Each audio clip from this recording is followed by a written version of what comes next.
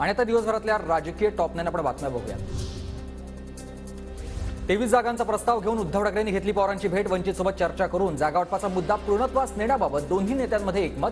आज दुपारी 12 वाजता मवियाची बैठकीत प्रकाश आंबेडकर उपस्थित राहतील।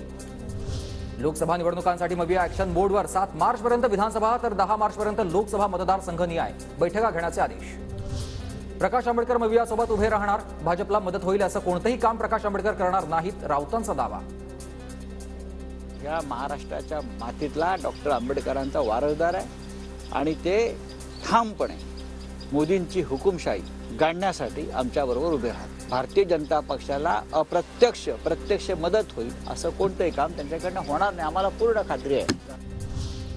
केसरकरांनी सावंतवाडीतून निवडून येऊन दाखवावं, राऊतांचं आव्हान। तर राऊतांकडून केसरकरांचा डोमकावळा असा उल्लेख। केसरकरांची ताकद आहे का? दंडावर बेडक्या नाहीत त्याच्या।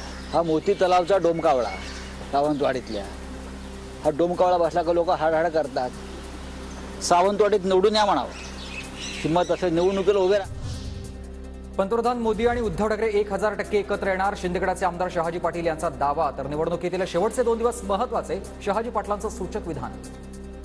1000% उद्धव साहेब आणि मोदी साहेब एक होणार आहेत। आज तुम्हाला सांगतो, आपला अंदाज चुकणार नाही। दिवस कुठला आहे, थोडं थांबा, हे व्हावंच लागेल। याला कारण आहे हिंदुत्वाचा विचार हा बाजूला ठेवून चालणार नाही। लोकसभेच्या उमेदवारांबाबत भाजपच्या कोर कमिटीची आज बैठक आहे। पंजाब, हिमाचल प्रदेश, महाराष्ट्र आणि बिहारच्या उर्वरित जागांसाठी भाजपची बैठक। बैठकीला जे.पी. नड्डा आणि अमित शहा उपस्थित राहण्याची शक्यता। रत्नागिरी सिंधुदुर्ग लोकसभा मतदारसंघाचा भाजपकडून सर्व्हे। मतदारसंघात कोणाची ताकद जास्त याचा अंदाज बांधण्यासाठी भाजपचा सर्व्हे।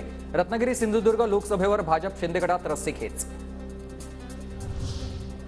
नागपुरात नितीन गडकरींना टक्कर देणारा उमेदवार द्या, काँग्रेस नेत्यांची मागणी। नागपुरात काँग्रेसकडून अभिजित वंजारी, बंटी शेळके यांच्या नावाचा विचार।